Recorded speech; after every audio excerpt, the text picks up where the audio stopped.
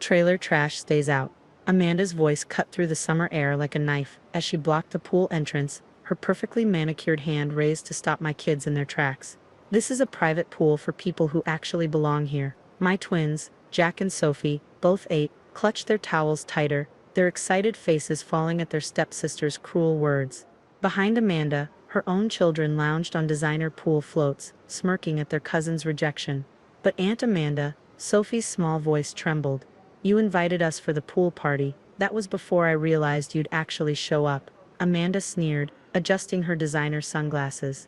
I mean, look at your Target swimsuits. This is a Versace pool area. I'm Jessica, and at 35, I'd spent the last decade watching my stepsister flaunt her supposed wealth while treating my family like second-class citizens. When my mom married Amanda's father 5 years ago, the divide between our families became even more pronounced. Mom, I called out to where she sat with her wealthy husband. Richard, are you really going to let this happen? She barely looked up from her magazine, waving dismissively. It's Amanda's house now, dear. She can decide who uses the pool. Richard nodded in agreement. Amanda has certain standards to maintain. You understand, don't you? I watched my children's shoulders slump, remembering how excited they'd been when the invitation arrived. They'd spent their allowance money on new swimming goggles, dreaming of finally swimming in the famous backyard pool they'd only seen in family photos. Your little trailer park twins might contaminate the water, Amanda added, loud enough for her country club friends to hear and laugh. I mean, you live in what, a 3-bedroom ranch? Do you even have a pool? My hand instinctively went to my phone, thinking about the banking app that held our family's biggest secret. If they only knew who really owned not just the pool, but the entire estate they were so proud of. You see, when Amanda's father died 2 years ago, everyone assumed he'd left everything to her. The mansion, the cars, the lifestyle they'd flaunted for years. What they didn't know was that his company had been failing for years, and I'd been the anonymous investor who'd saved it all. Through careful investments and smart business decisions, I'd built my own fortune while living modestly. When Richard's company faced bankruptcy, I stepped in through a series of shell corporations, becoming the majority stakeholder. Not even my mother knew that her comfortable lifestyle was funded by the daughter she'd always seen as the family disappointment. Come on, kids, I said quietly, putting an arm around each of my children. We don't need to swim here. But Mom, Jack whispered, we've never been in a pool this big. Amanda's daughter Madison called out, hey trailer twins,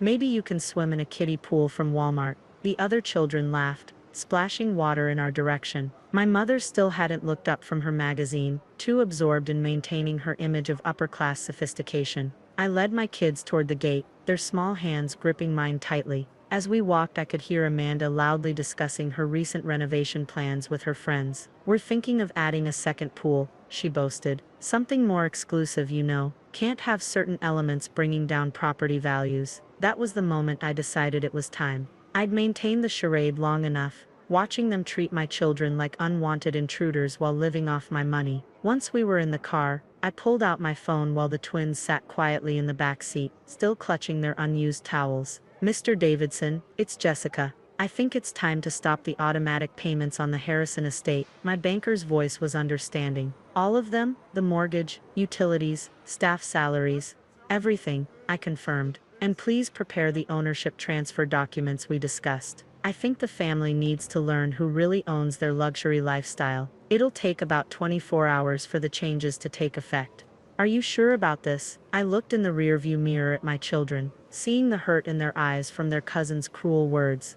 Absolutely sure. It's time for some truth. Very well, I'll have everything ready by tomorrow morning. Would you like me to include the information about the company ownership as well? Yes, I said, starting the car. They should know exactly who they've been looking down on all these years. As we drove away from the mansion, Sophie's small voice came from the back seat. Mom, why does Aunt Amanda hate us so much? I gripped the steering wheel tighter. She doesn't hate us, sweetheart. She just thinks money makes people better than others. But tomorrow, she's going to learn a very important lesson about judging people. What kind of lesson? Jack asked, perking up slightly. I smiled, thinking about the notifications that would hit their phones tomorrow morning. The kind that reminds people that kindness matters more than money. And speaking of pools, I turned onto a different street. How would you like to see our new house? The one with the Olympic-sized pool I've been having built. Their excited gasps filled the car as I drove toward our real home. The one I'd kept secret while watching Amanda and my mother play their status games. Sometimes, the best revenge isn't just about taking things away. It's about revealing who really held the power all along. The next morning exploded with chaos. My phone started ringing at 7 a.m., first with Amanda's number, then my mother's, then their family lawyers. I let them all go to voicemail, while I made breakfast for the twins. "Mom, your phone keeps buzzing," Sophie noted, munching on her waffles. "I know, sweetie, sometimes grown-ups need a moment to process big surprises." The first text from Amanda was exactly what I expected. "What the hell is going on? The power is out, and the pool staff didn't show up."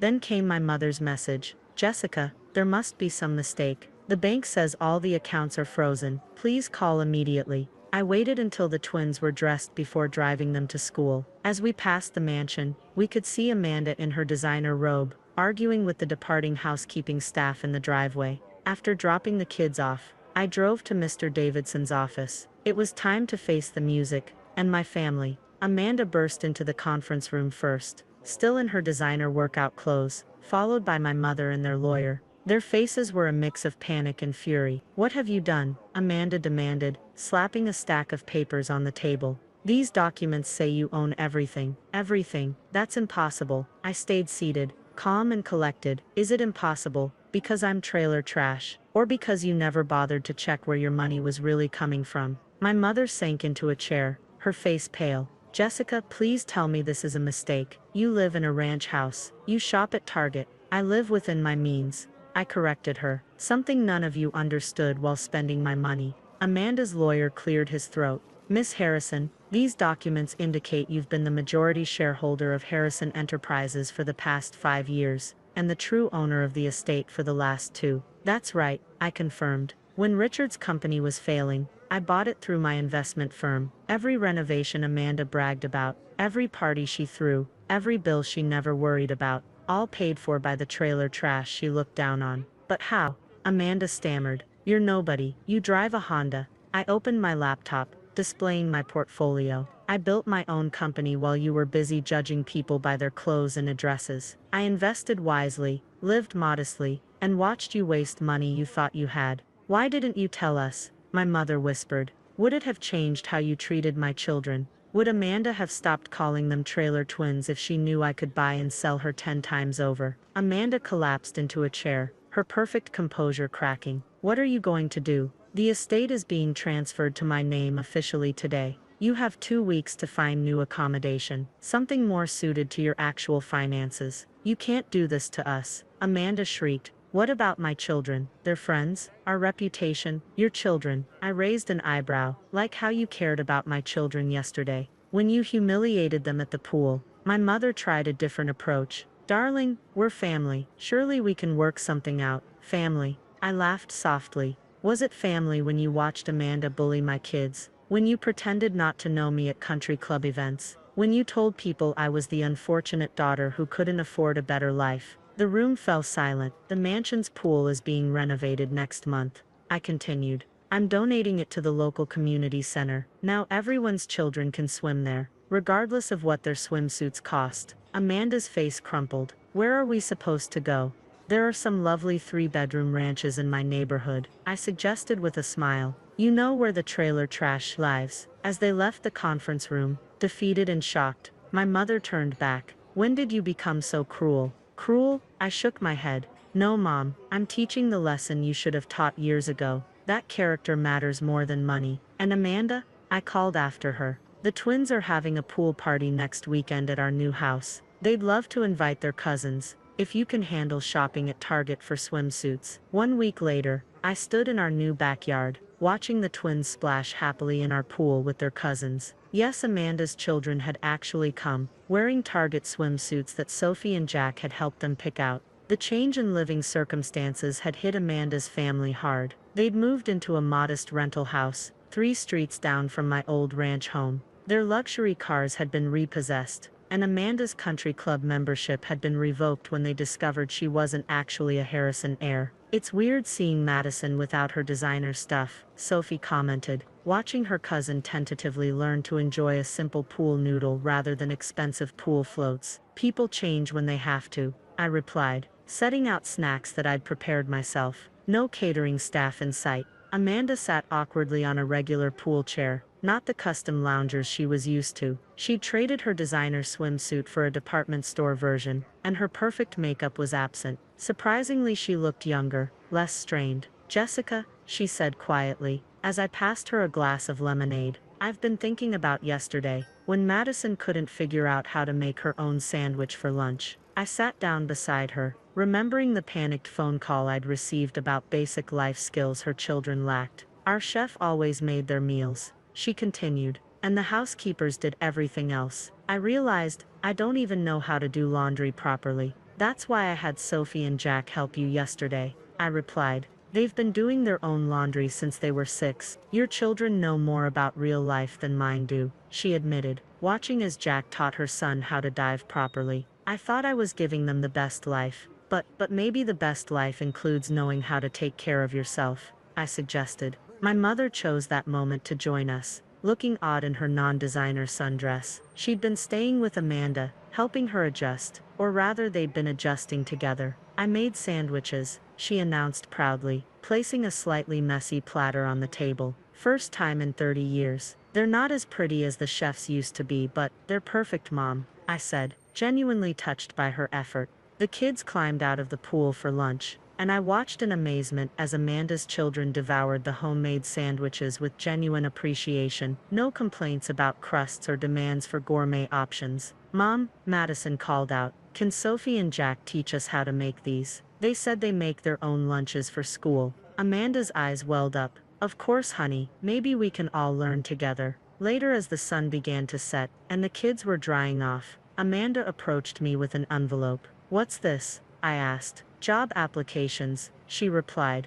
looking both embarrassed and determined. "The local bakery is hiring, and the community center needs swimming instructors." I thought, maybe it's time I learned what real work feels like. I studied my stepsister's face, seeing genuine humility there for the first time. "You know, my company could use someone to organize corporate events. You always were good at planning parties." "Really?" Her eyes lit up, then dimmed. "But I was horrible to you, to your children." "Yes, you were," I agreed. "But you're learning, that's what matters now." My mother joined us, carrying empty plates. "I've enrolled in cooking classes," she announced, "and I'm volunteering at the library. Did you know they have a whole program for teaching seniors about computers?" I smiled, remembering all the times she'd dismissed my suggestions to learn new skills. "Welcome to the real world, Mom." As we watched the children play Marco Polo in the pool, all of them equals now in their Target swimsuits, Amanda asked quietly, "Why did you keep it secret for so long?"